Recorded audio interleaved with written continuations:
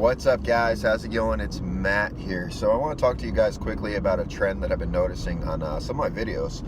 Right now I'm actually driving into work. I got a class of 4 students, a basic pistol class. So I'm going to be teaching a bunch of people that basically have never picked up a handgun a day in their lives and gone shooting. So I get to do that today, which is always fun. But I just want to talk to you guys quickly about this trend that I've been seeing on my videos. So I know my video's been getting pushed by outside sources. I don't know which sources are pushing them or stuff like that. But one thing that I keep seeing is, I'm like, it's the tacticians. All right, the tacticians are back in action again. So I think it's kind of funny. I think it's funny because a lot of them are commenting on my older videos about, it's pretty much the same thing. It's the hate in the 1911s, all the normal crap that you see.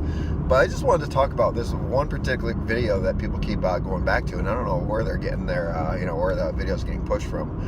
But the tacticians are talking about small motor functions, all right? Motor functions, all right? Motor functions. Like, I understand everyone hears the argument nonstop.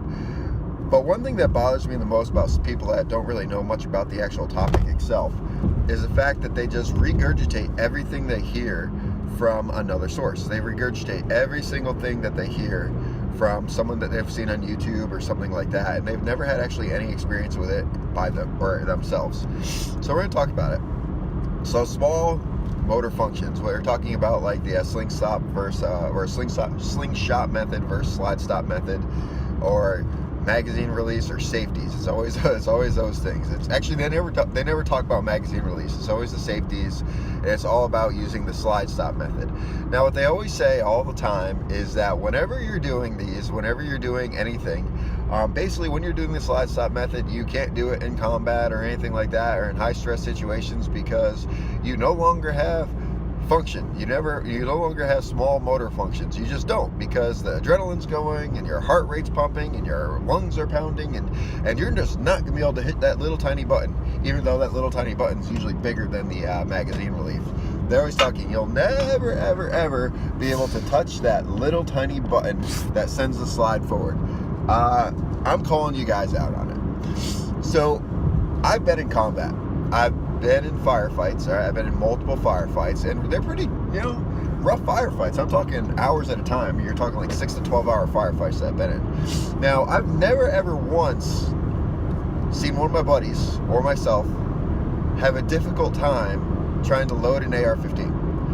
You put the magazine in, you push that magic button on the side that sends that bolt forward, the bolt release button or whatever they call it. So I've never ever had an issue with that. I've never seen anyone else have an issue with that while you're getting shot at, while you hear like rounds cracking over your head and stuff like that. We've never had an issue with that. I've seen the same thing with pistols. I've seen the corpsman load up his pistol, and the corpsman doesn't train a whole lot with his pistol, with his Beretta. He's a Navy guy. His primary job is to take care of us if we get hurt. So I don't really see too many corpsmen training as much as you say infantry guys. But what I noticed is it's the same type of deal.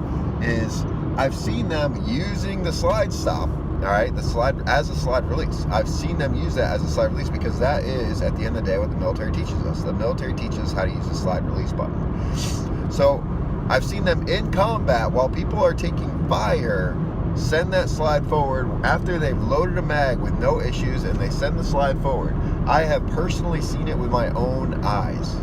So all these people that are out there and like bitching and complaining and just regurgitating the stupid stuff they hear on the internet, you really need to get some experience yourself. You honestly should probably get some experience yourself. And a good way to do that is, hey, listen to the military, become a rifleman or whatever it is, and listen to the military and learn it by yourself. Because it's like this: when you are in a combat situation, okay, we've trained nonstop. We train. We are obsessed with training. All right, that's what we do. We train. We would dedicate 1 to 2 hours every single day to dry fire practice when it comes to mag changes. All right, mag changes.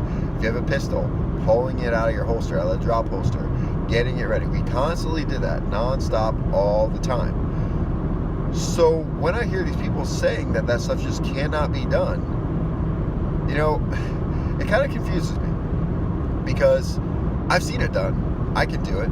Other people can do it. So why can't you do it?